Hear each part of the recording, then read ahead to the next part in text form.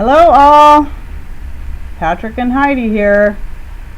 Thrain Country Homestead. There we are. Let us know if you can hear us this time. I'm trying to make sure I got my mic working and everything set up this time. So I will just kind of ramble for a bit and make sure you can all hear and see just fine. Okay, cool. Everybody's Great. got their forte. And all right. Heidi's just rambling. Yay, I was on top of things this time. Got my, hey. You know how it is? You kind of get used to just sort of ignoring them when they talk, and then it's like that instant replay. Wait a minute, what'd you just say? Am I like a little gnat, Heidi? We says, hi, Mr. Rain. Well, hello. I half the time don't pay attention to the comments there. I'm usually staring at the screen. I don't know why I stare at the screen. I should be staring at the comments here. So. Yeah. We do try to get in the habit of looking at the camera, so you know. So we're looking at you guys. Getting like eye-to-eye contact there. Yeah. So we're just going to chat for a few minutes, just about whatever. I don't want to get deep into the topic until I know that everybody that makes it in here that's wanting to talk about the medicinal herbs. So I did get a request on this. I wasn't sure I wanted to do it this soon, but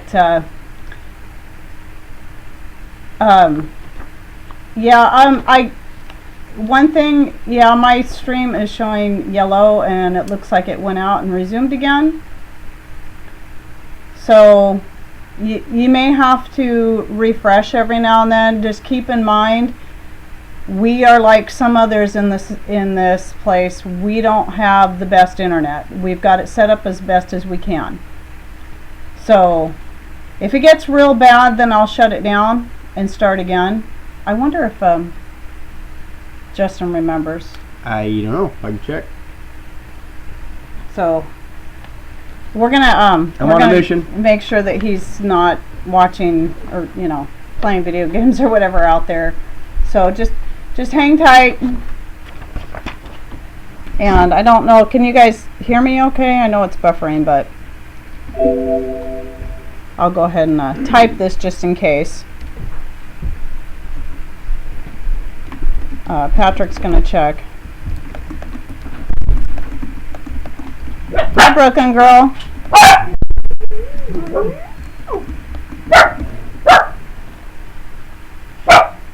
Sorry, the dogs. Okay. Well, and then there's something else too that Luna, stop. You stop. Every time you open the front door, it's this big cataclysmic event. But something else I discovered that maybe y'all already know this, but if you're having problems with people's live feed buffering, you can just back it up a few seconds, and then usually you'll get a pretty constant feed there. Yes, you're going to be a little bit behind, but it's not that far behind that you can't still be, into the conversation. You just got to give us time. Of course, now Luna's all wound up.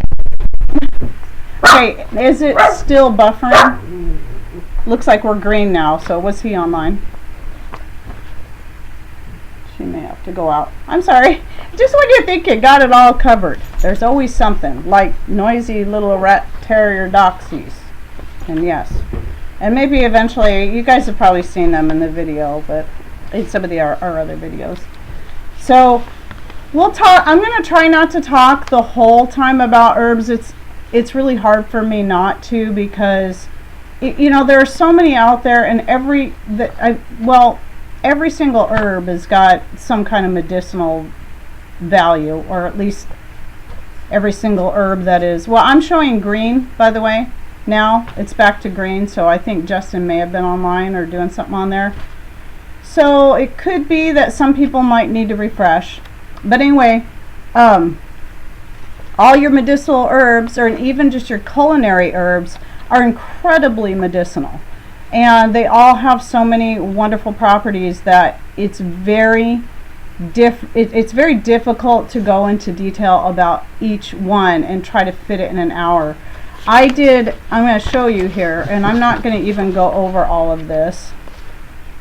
Yeah, that's right, Palmetto.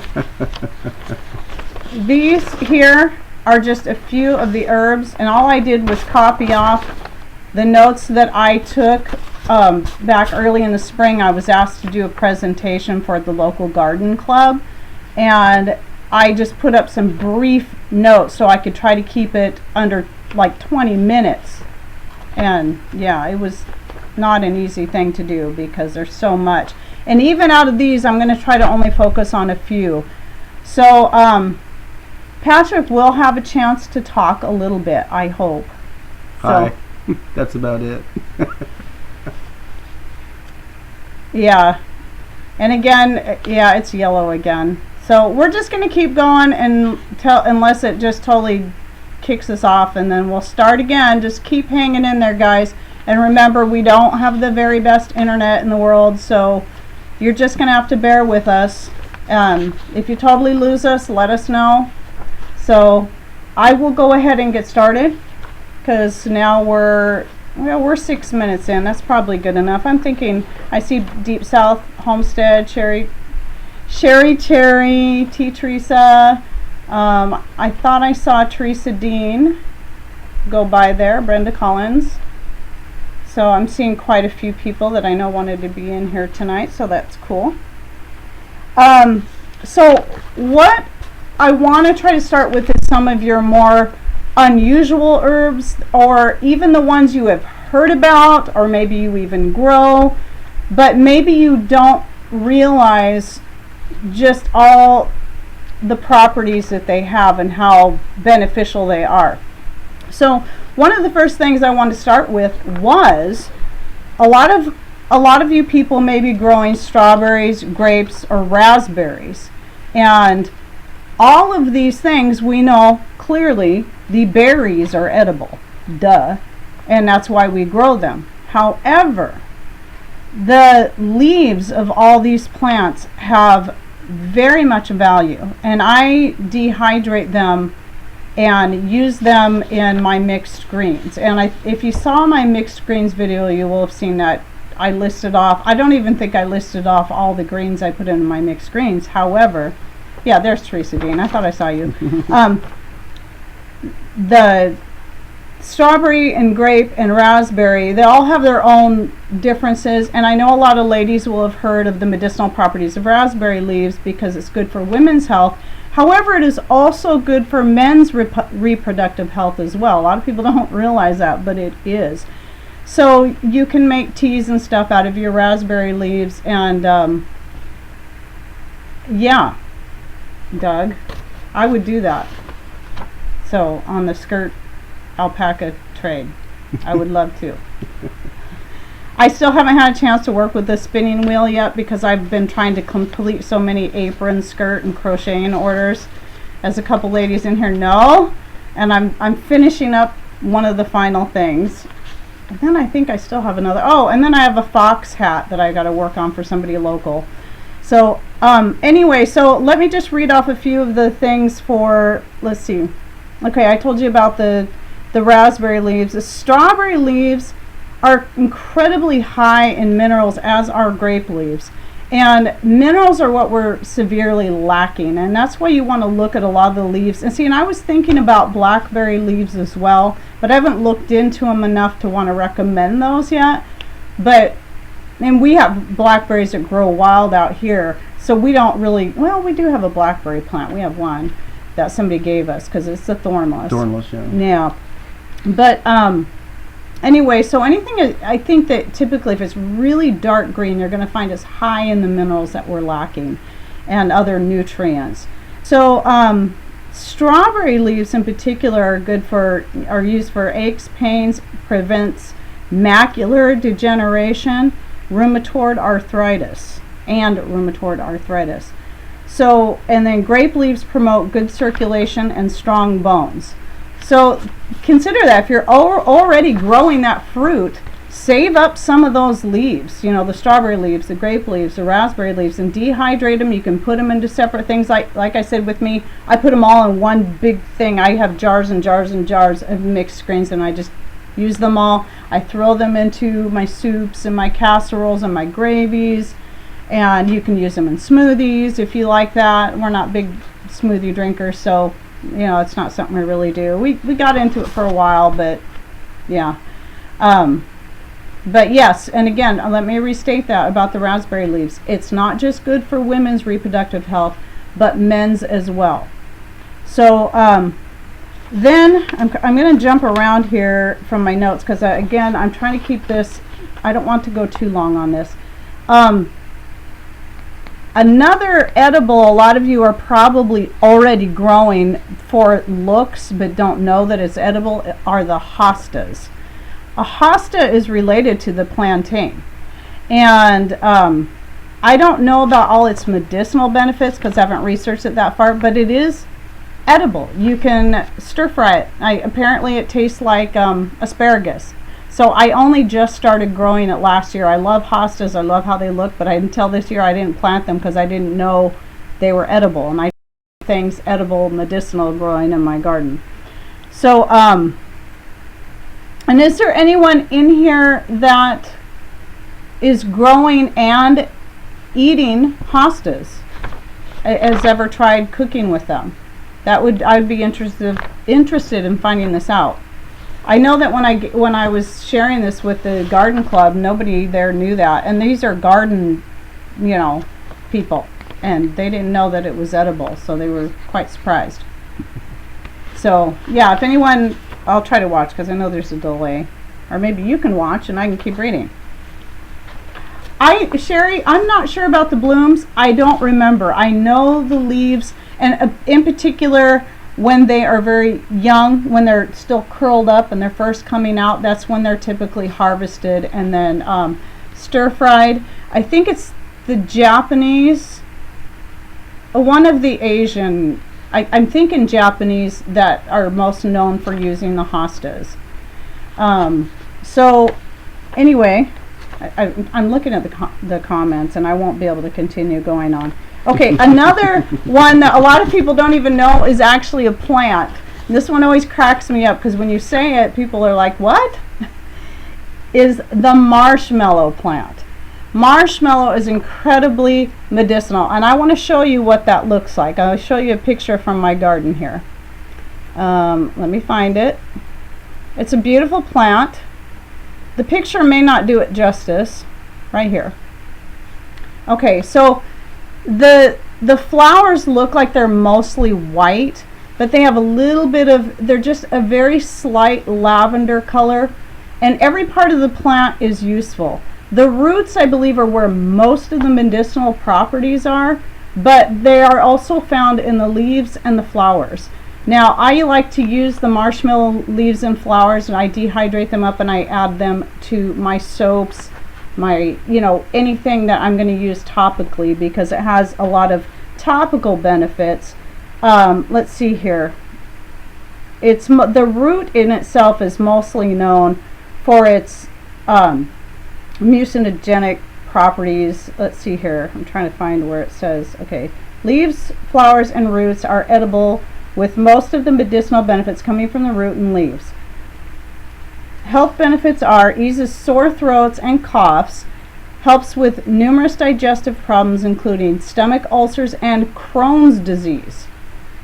Can be added to homemade skin creams and help with skin problems such as eczema, or eczema, however you want to say it. So, I mean, I'm of the firm belief that pretty much every disease, okay, I'm looking at the camera, but you can't see me because of the picture. So, did I say, no, I didn't say hallucinogenic BC, smarty pants.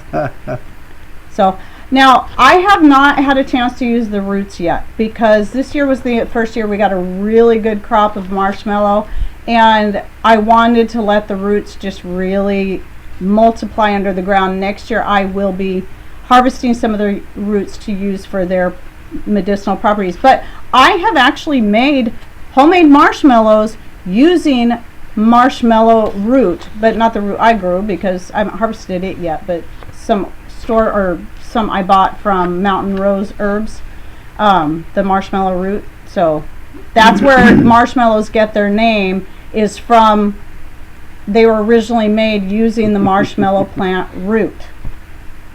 Okay, so I don't know what Creeping Charlie is. It doesn't sound pretty. Just kidding. I don't know anything about that. I'd help if I knew what it was related to. Now, one thing I want to make sure that you know is that most of my knowledge on the herbs comes from what I'm growing already or what I'm going to be growing. So, because I'm learning these things as I go. Like marshmallow, for instance, I had a hard time getting it started. It took me a few years until I finally realized I needed to start it in pots in my greenhouse. But once it's established, it will grow. And it gets, well, it gets taller than me. I know that's not saying much, but it can get like 7-8 feet tall. Some of mine I think got 6 feet this year. So, and it is a beautiful plant. It has this nice delicate smell to it, and I think everybody should grow it. So there's the marshmallow. So look into that. I got my seeds from Baker Creek, and just like I said, a lot of these herbs is best especially if you don't live in a real warm climate, start them in pots in your greenhouse first to get them, you know, to get a good plant going, and then transplant them into your garden. I found that, at least for me, worked best with the herbs. I could not direct seed. Same thing with echinacea. I'm growing echinacea, but I could not direct seed it. It just wouldn't grow if I did that. Okay, so another one would be pansies. A lot of people grow pansies, again, for their looks. However, all the aerial parts of the plant are edible. All the aerial parts. That means anything that's above the ground. So air, real. All right. So the pansies are an anti-allergen, anti-aging, soothes coughs, relieves skin problems such as acne, eczema, and more. Thus, that's why I use pansies in my soaps. You know, I have this special herbal blend that I use for my herbal soap. So you'll have pansy flowers in there, and the marshmallow, and the yarrow, and what else do I have in there? Oh, it's borage leaves, and on and on. Okay, let me get a drink of water. As you can see, I can keep talking. Okay, hi Cherish. So how are we doing? Are we gone, by the way? I see our thing is red.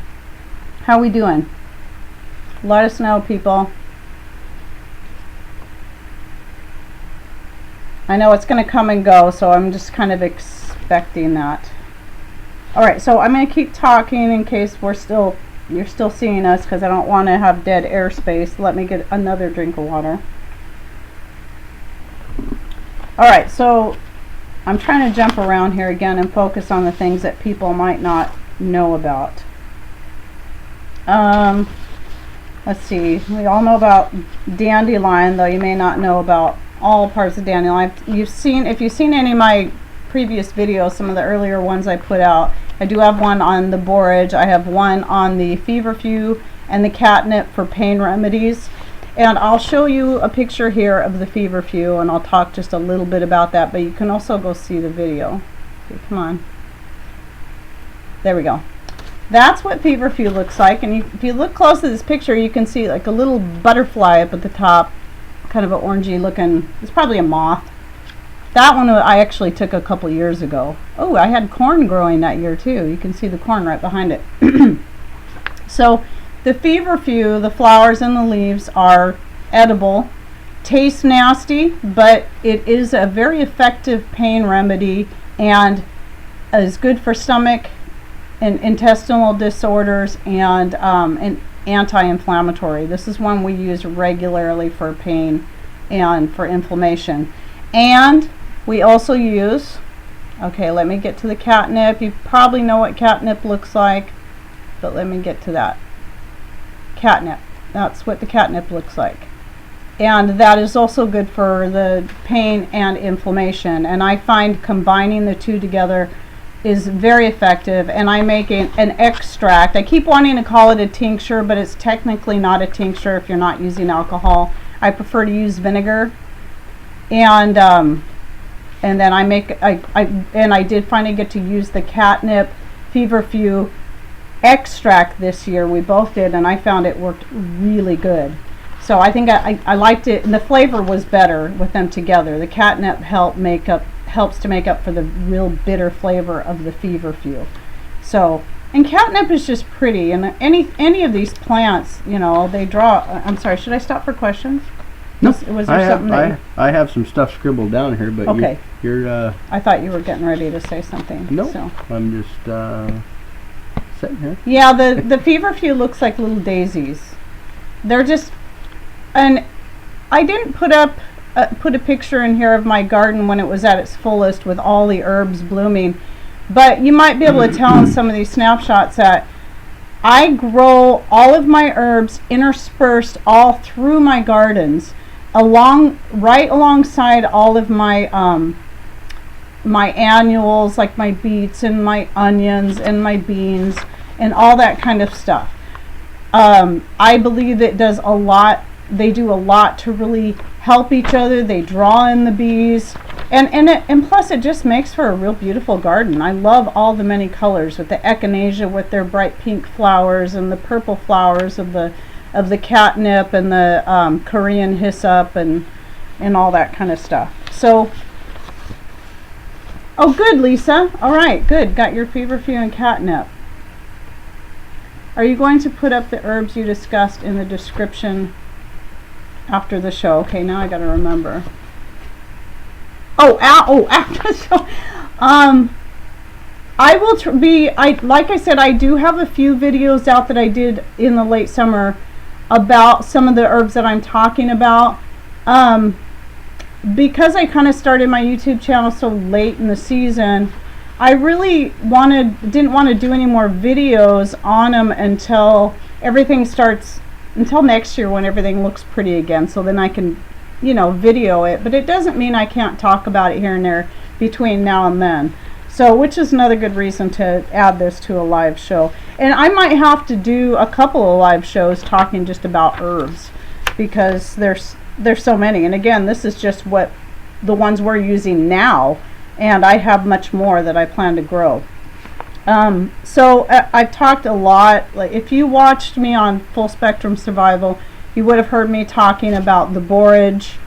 I'll show you a picture of that. So I'm just going to try to do a quick overview of the borage. It's one of those I highly recommend everybody grow. That's what it looks like. The flowers are about, let's see if you can see my hand off to the side of the picture, about that big, probably about 1 inch. They're beautiful blue flowers. Some of them are more purple, as you can see. The one above the bee there, it's got a more purple, but mostly they're blue, and they make a beautiful addition to salads. Some people will candy them, but most of your medicinal benefits are in the leaves. The whole entire plant is edible, but the leaves are where most of the medicinal benefits are. And it all tastes a little bit like cucumber. Now, the leaves aren't pleasant to eat right off the plant because they're very prickly. I'll do it because I'm weird that way. But if you get it real young, when they first start coming out of the ground, they're very tender and not prickly. But again, I dehydrate them. And yes, borage self-seeds extremely easy. However, it makes a great ground cover. It works great as a chop and drop. So I just let it grow.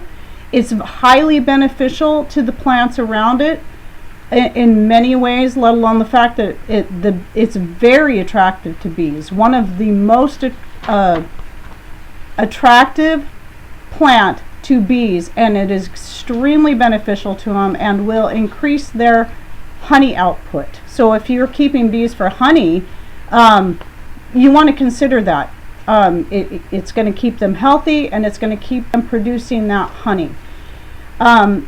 And then, like I said, chop and drop. I just chop when it gets too thick out there. I just chop them down and let the borage just make a nice natural ground cover, and it makes a great mulch.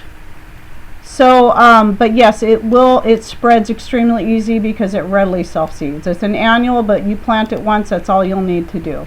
Okay, and I'm not going to talk much about echinacea, but I just wanted to show you that pretty picture. It was one of my favorite pictures of one of my echinaceas, and you can see some of my other herbs in the background. Like way in the back you can see the borage, right behind it you can see the feverfew, there's kale at the base there, and there's a little bee on it. Yes, good, Deep South. So anyway, but a lot of people already know that echinacea is good for colds and flus and stuff like that. And we haven't actually had, no, we did use a little bit. I dehydrated some up and put it in a capsule when Patrick was starting to get a cold, and had him take it for a couple days, and he did pretty good on that. So, and then a lot of people know about nasturtium. I'll talk a little bit about that. Oh yeah, I forgot to say, borage is also, it's an adaptogen, which means it helps your body adapt to stress. So if you're under a lot of stress, take that borage. So I'm showing you this picture of this nasturtium. You've seen it before. This is a new one to my garden, was a new one to my garden this year. It's a dwarf variety, and it just has this beautiful burgundy flower.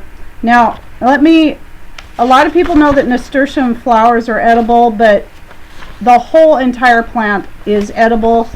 Has a nice radish type flavor to it. The flowers have the best flavor, and the flowers are really good for your hair and for hair growth. So if you're losing your hair and whatever, it will, like, you can make, I use it in my homemade shampoo, and you can make maybe an infused oil with it and use that as a scalp massage. But also the main thing I found out much later about the nasturtiums, after growing them mostly for a food source, is that the leaves are a natural antibiotic, and it is recommended that if you have any kind of infection, you go out and eat a fresh nasturtium leaf once an hour. Now for us, what I'm doing, obviously through the winter and stuff, is I dried up a whole bunch of the nasturtium leaves, and I'm making, I made a tincture or an extract using my homemade vinegar with that. So if we ever get any kind of infection, we can take that. And I had a subscriber that started doing that and said they used it and it worked. And I was like, very, very cool. Okay, man, there's just so much to cover. I don't know that I can get to it all, people. You can do this in segments. I think I'll probably have to. People are interested. Because I want to leave some time to be able to go back and answer some questions and anything else, because it doesn't have to be just about this tonight. But let me see if I can, let me see what else I put in here. There's calendula, yarrow. Yarrow is a good one for just about anything you can think of. Typically used externally. You can take it internally, but you have to be a little more careful about that.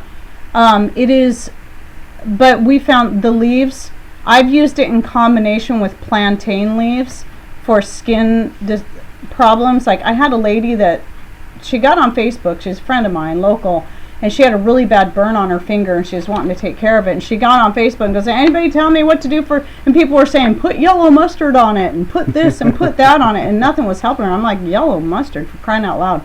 And she said none of it worked. I said, come on over, I'll help you out. And so what I did was I took the yarrow leaves, those little feathery leaves. The flowers are also beneficial, but anyway, and I didn't masticate them because I didn't think she wanted my spit on her wound, but I took my mortar and pestle and ground them up and mixed in a little bit of aloe vera gel from my own plants, and as soon as I put it on her, the burn went, it just immediately stopped burning, and she was sold, and she said the burn never came back. And so another thing that was really exciting is that, well, it sounds exciting, I got my first wasp sting this year. First ever. It was just a yellow jacket, but still, I'd never been stung by a wasp before. But because I knew some of this stuff, and I'm looking around and I'm letting the plantain grow wild, I just went and grabbed a plantain leaf, chewed it up and stuck it on there, and within 2 minutes the sting was gone and not even a mark was left. So I was like, yep, I'm loving the natural remedies. So, and everybody, if you don't know, I didn't put a picture of plantain is. Most people I think in here will know what plantain is. There's the long skinny leaf and then there's the broad leaf. They both have the same medicinal benefits. I'm thinking the broad leaf might have more, but we have both growing around here, so I just let it grow wild. And anyway, look it up online and you'll see pictures, so you should know, kind of give you an idea what it looks like, because everybody, I swear everybody must be growing it somewhere on their property. And you'll go, oh yeah, I'm always pulling that stuff up. No, keep it. It's great stuff. It is just incredible. I think I'll talk about dandelion another day. There's so many things. I want to do, maybe I'll do one more that's on this list. And this is just a few of the things on these lists, and this is just a start. So I'm going to show you the calendula I grew this year, and I actually took this photo today. You would have seen it in the thumbnail right here, because my calendula is still blooming like crazy. And calendula is not exactly a marigold. It is a marigold, but not the marigold that people typically grow. If you look close, you'll see the leaves are very, very different. And calendula has far more medicinal properties than does marigold. Marigold has some, but calendula has way more. And it's good internally and externally. I think it's mostly known for its external properties. So let me just read what I typed up. And these are my own words, but it helps if I have something to follow. So it is a vulnerary and an alterative herb. It improves overall skin appearance, reducing wrinkles, age spots, and scars when used topically in homemade beauty and health products, and even when taken internally in the form of a tea. It can also be added to soups, stews, smoothies, and more. It is loaded with powerful cancer-preventing antioxidants and anti-inflammatories, helps with vision, and stops cramping. And again, like pretty much all the rest of these herbs, that is just an example of what these things do. Every single one of these, the list is like this long. You start looking this stuff up and you'll just go, wow. And it is hard to remember all of the properties. Just like when you go over to Robin's shows on Monday nights, her essential oils, and she's reading all that stuff. Yeah, she has to read it, because all these things have so many wonderful medicinal properties. It is hard to remember them all, and they all cross over. So, hi Mima. Okay, so now I would like to, and Suburban Hillbilly, it's probably not just you, because our internet, we're red right now. I'm surprised people are still getting us at all. So I don't know if it might help to refresh. But again, try, if you can hear me at all, try backing your stream up just a few seconds and then watch from there and let it play, and you might be able to get a smoother play. So what are some questions? I'll try to get to some questions. Is marshmallow a perennial? Yes, marshmallow is a perennial. Thanks for asking those questions, because I don't always remember to say that. It is a perennial. It'll keep coming back. It also readily self-seeds. I'm realizing, by the way, it threw a bunch of seed. I have a feeling I'll have a lot of new marshmallow plants. But yes, it is definitely a perennial. What else? Simply Circus is asking, what do you know about creeping? Yeah, the creeping Charlie. I don't know anything about the creeping Charlie, and I'm sorry about that. I'll have to look that one up. Is that simply, if you're still in here, is that something that you have growing? I would like to know, because that would be interesting to find out. See, Hope Springs Eternal, do you already have a video that shows how to make an extract with vinegar? I thought I just, yes. Yeah. Yes. I think it says something like tinctures, extracts, and stuff like that. Really, a high proof alcohol is the best way to get the strongest extract or tincture. But because I try to avoid the alcohol for several reasons, price, I can make vinegar for free. And I just try to stay away from alcohol as much as is possible. I realize there are good medicinal benefits it can be used for, but for several reasons I stay away from it. So Susan Carmichael asked, are leaves and stems of comfrey sticky? Of comfrey sticky? A little bit. Huh? Oh, like pokey? They're the comfrey, no, I think it's kind of, I'm trying to remember. I haven't used it much lately. It is, it's not pokey, not like the borage. Borage is very pokey. In fact, when I dry it and then I'm breaking it up with my fingers, I feel like I'm working with stinging nettle, which is another thing people should consider growing. Stinging nettle is high in protein and it's really good for your thyroid. It'll help boost your thyroid if you have hypothyroidism, which was why I started growing it in the first place, because I try to grow, even though we can go out and look for it, I try to grow all this stuff on my own property. Yeah, 80 proof and above is best for tinctures, but again, you can make a good extract that is effective using vinegar, even water, even non-GMO glycerin. You have to look for non-GMO, because if you don't, I'm trying to remember what they use. Alcohol precipitates out the... Yeah. But when you make your tinctures or your extracts, you want to start with a dried herb, a fully dried herb. Because if it still has the moisture in it, then especially when you're using vinegar, because that's going to help make it stronger. So, but yes. Anyway, other questions? Ginger rose. What about hibiscus, such as rose of Sharon and hollyhock? I can't answer that because that's not one that I've researched yet. So, and I don't have that one growing. So here's how I did things to get to where I'm at with the herbs I have. I started looking up the things I knew that we needed to help us, to be able to get all the medications out of our cabinet and just toss them. And so that was obviously painkillers and anti-inflammatories, anything that would help with our thyroid, anything that would help with colds and flus when or if we get them, which is rare, but it still happens. And like elderberry, so we're growing our own elderberry. Didn't get any fruit this year, but we should next year. Bandana Grandma was asking about young milkweed leaves, good or bad? Milkweed. I don't recall. I've read a little bit about milkweed. Snap them off, they look like milk coming out. Okay, what just happened to my chat? Uh-oh. Okay. I was trying to say something. Let me type something real quick, so if Mr. Rain has anything to say. Remember...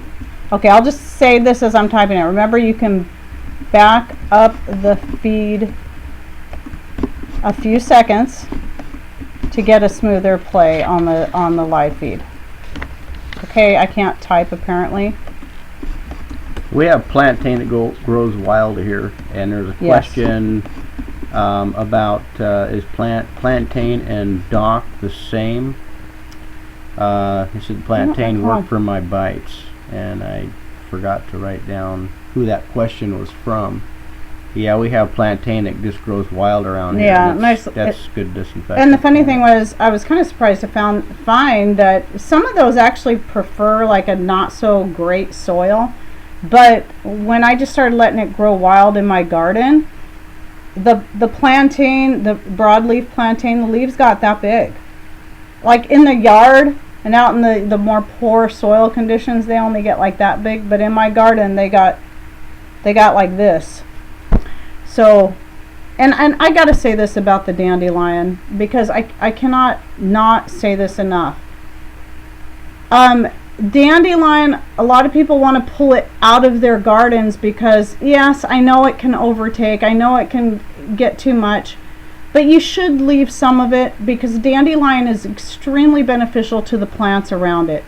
I got my biggest Walla Walla onion and beets were the ones that were harvested right next to the biggest dandelion I let grow in the garden. And because those long tap roots will just carry the nutrients right down to the roots of the plants that are all around it. And oh good, my son is watching too. Hi Kayla. Did you get that tub in yet, boy? Kayla Simons is that picture I showed you guys last week of my oldest son. That's her. So the cute little redhead that we love. So anyway, how are we doing on time? Okay. And if I forget to say it later, Big Family Homestead should be on after us for their tech talk. So don't forget to go on over there at, I guess that would be then 8 o'clock Eastern Standard Time. You know, I'm looking at our clock says, you know, almost 20 till 5 or quarter to 5. So, aw, thanks Bandana Grandma. Okay, so wild leeks and dandelion are growing all along the first part of the swales. Good, awesome. Yeah, and for me, and I said this in a chat the other night, probably the time when the roots are the tastiest is when they're really young and tender. But for me, just the way everything works with the garden, I found it best to harvest all the big huge roots in the early spring before everything else starts growing. I just go out there and dig them up because they came right up out of the ground. They were easy to wash off, and then I chopped them up. Well, not really easy to wash up, but easier. And then I chopped them up and then put them on the wood stove and dehydrated them. And then I add them to our teas, the roots. Some people use them as a coffee replacement. Once they've been roasted, dried, excuse me, they don't have as bitter of a flavor. So, and then the leaves I put in our mixed greens, and the flowers I use in my herb mix for soaps and shampoos and that kind of stuff. So, got to get a water break. All right, so did we cover all the questions? That's all I caught.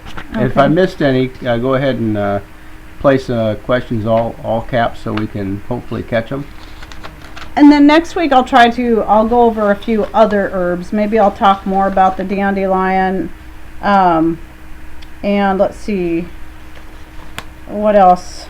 Lavender, elderberries. Actually, I got most of the stuff already on this list, so there's some stuff I can go over more of. And look, I should just walk around and look, what else am I growing? Because I just have so much stuff growing out there, and I'm always every year adding more. They're asking about storage and dehydrating, and you can vacuum seal in jars. And, yes. Yeah. Yes, that's what I do. I dehydrate up all of my herbs, and usually since I'm harvesting them all throughout the summer, the spring, summer, and early fall, then I'm running an electric dehydrator plugged into our solar power, and I'm doing that every single day throughout the whole summer, spring, dehydrating all that stuff, and then I put them in pint-sized jars and then vacuum seal them with that brake bleeder, which, by the way, I bought the brake bleeder to vacuum seal because the food saver thing, you know, I've used it for years, but it's always kind of iffy if it's going to work. After I saw Brad using it on a Big Family Homestead, I'm like, oh, that's cool. I've never had a problem with it. It works great. Well, guess what else it works great for? Bleeding brakes. Yeah, so it also, yeah, it was kind of cool. So it got stolen for a little while when Pat was doing that work on the Toyota. So, okay.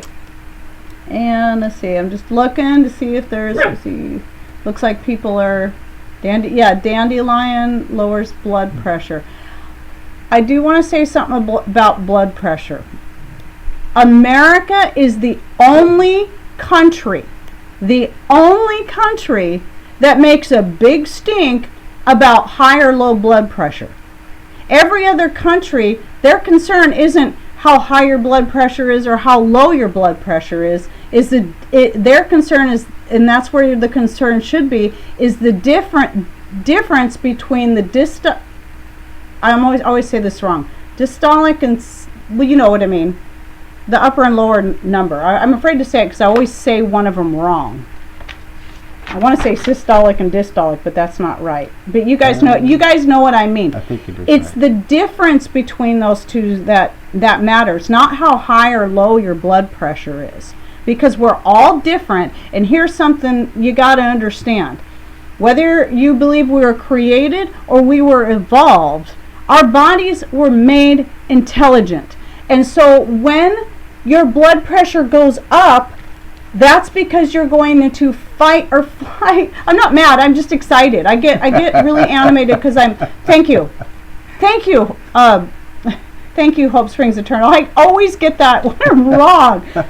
So whatever, because I don't worry about the blood pressure thing. Anyway, when your blood pressure is high, it's because your body is in fight or flight mode. That means either you're freaking out because you're at the doctor and you know they're going to tell you that there's something wrong with you, or you just went for a run, you're being chased by a tiger, or you have some kind of underlying issue where your body's gone into fight or flight mode, and so your blood pressure is up. It's not the blood pressure that needs to be cured. It's something else that needs to be taken care of. High stress will bring your blood pressure up. So people should not be going on drugs for something that's only a symptom. And those drugs are, is it statin drugs? They are so bad. They're just, well, I think they're all bad personally, but the big pharma stands a lot of money to be made off of that stuff, convincing you that if you have a blood pressure that's a little bit high or a little bit low, that, ooh, you got to get on this drug so we can make more money. So just remember that it's not a disease. It is a symptom, or it's just your body doing what it needs to do. Let me ask you something. If you're being chased by a tiger, or you got to run for whatever reason, you don't want your blood pressure low. If you're running from your wife, you want your blood pressure to go up. If I'm coming out, remember that look I had on my face last week? Honestly, people, I didn't realize how scary I could look. And I really wasn't that mad. I was slightly irritated because I got the impression someone in the chat thought I was politically ignorant, when actually I know probably more than I would. In fact, I kind of wish I was politically ignorant. But that's the only reason. I'm sorry that I look so scary. I didn't mean to terrify everyone. Wheatree said I looked straight evil. Sorry about that. But I do get excited about the herbal things and health. And so if you see me get animated, it's not because I'm mad. It's because I'm just really passionate about this. Very, very passionate. So Faye Cartwright asked, what do you take for low energy? For low energy, to boost energy, I think you've probably seen my jet fueled latte recipe. It's something I made up. And that was with me trying to play around with some different adaptogens that will help your body adapt to stress and give you energy. And you have to find which ones work best for you. Some people cannot take the maca root. Some people can. I found it works really good for us. So maca root and ashwagandha root. Maca root has kind of a caramely flavor. Some people like it, some people don't. You just have to kind of taste it and smell it to understand that. I wouldn't care for it straight myself. Ashwagandha is slightly bitter.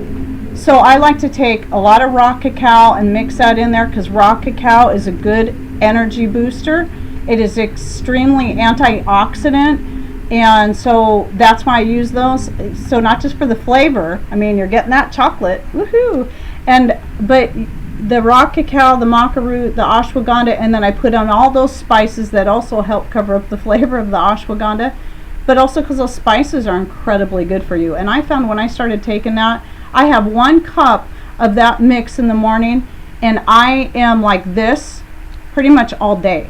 And then I sleep most of the time. I sleep hard. Once I fall asleep, I sleep hard.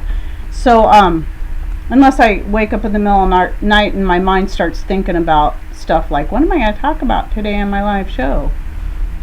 So I was awake at 3:30 this morning, I think. Yeah. So I've been awake since then. But look, see, I'm still energetic. I had that 1 cup of jet fueled latte. So go look that recipe up on one of my earlier videos. Okay. So James Hummerick is asked if a herb garden was hard work. No, actually, this is what's Plant it and turn it loose. this. Find out what grows in your area. Yeah, I mean, this is what's another thing is so great about herbs, and I know I'm gonna have to close up here fairly soon, is that once you have them established, they will just do their thing. Most of those great herbs, I mean, thyme, oregano, all this stuff, they all have high medicinal properties too. So you're getting the great culinary benefits. But then you've got these wonderful medicinal and high nutrient properties. And once you get them established, they will just do their thing and they're happy. Most of them do like a lot of sun. So you got to keep that in mind. And most of them do like well-drained soil. Except for the marshmallow, thus the name. Marsh. Yeah, it likes well-drained soil, but it likes a lot of water. So yeah, once you have them established, they are very easy to grow. Tim Beverly, where do you get your herbs and supplies? Okay, most of my seed I got from rareseeds.com, which is Baker Creek. A lot of you have heard of Baker Creek, and they have the organic heirloom seeds, so I recommend them. Unfortunately, they don't have everything I've looked for, so some things I looked for on Amazon. That's where I got my ground cherry seeds, because Baker Creek doesn't have ground cherry seed. But I will never need to buy ground cherry seeds again. Yeah, whatever. Ground cherries they're crazy, but I love them. They're good. So it seemed like there was another question that was asked, or I might have missed it. There's quite a bit going on here. There's actually a mint, a specific mint called Mojito Mint, and I grow that. I have several different types of mints. I mean, there's a zillion types of mints. I have orange mint, which the flavor is so-so, but it has this just amazing smell. They just let it grow. It's actually starting to grow out into my grass, and I love it because when I mow it across it, it makes this amazing, just wonderful aroma that just makes it really pleasant mowing the lawn. And I have Mojito Mint. That's one of my very favorites for flavor. And I have peppermint and spearmint. And all have pretty much the same medicinal properties.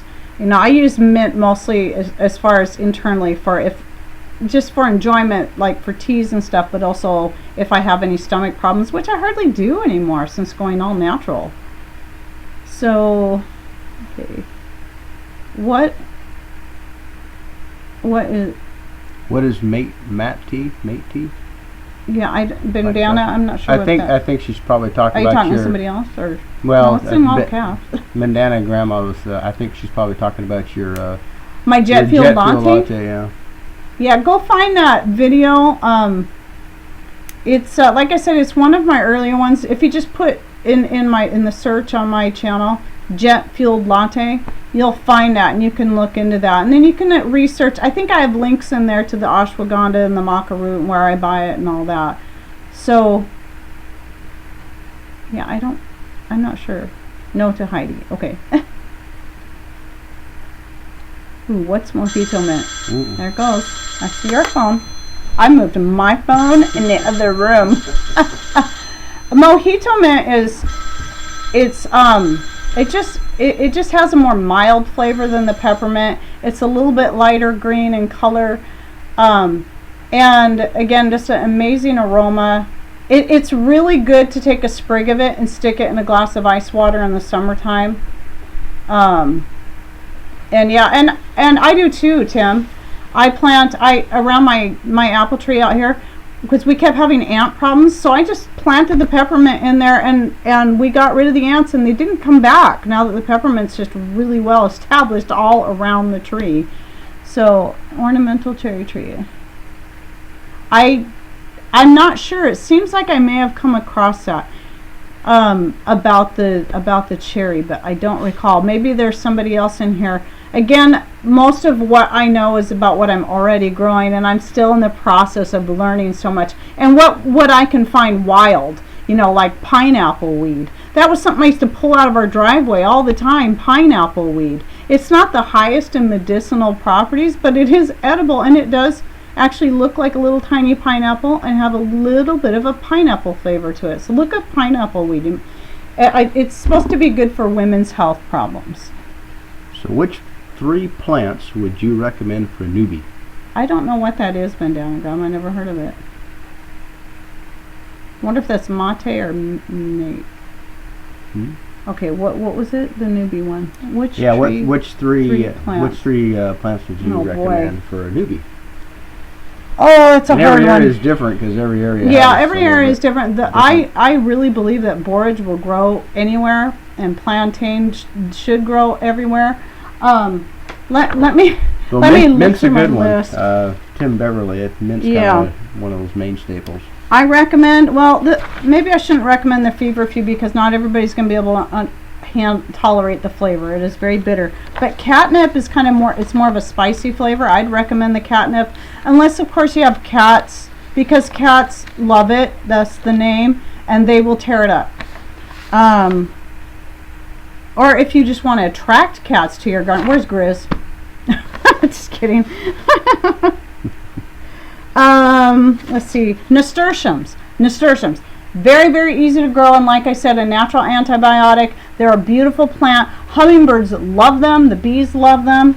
The calendula is pretty easy to grow. What 3? I don't know. It's really tough for me to say 3, and especially it's going to depend on your area. I'll read to you the other ones I have on here. They have the yarrow, the lavender, the marshmallow, pansies, elderberries, nasturtiums, feverfew, catnip, borage, dandelion, which, plantain, those grow wild. And here's a list of other edible flowers. Roses, fuchsias, begonias, forget-me-nots, geraniums, gardenias, and lilacs, which all have their own medicinal properties too. Did y'all get that? Yeah. You probably are already growing a whole bunch of edible flowers right there. And some lilies are one you have to look into. Some are edible and some are not, and I still get confused as to which ones. Daylilies are supposed to be edible.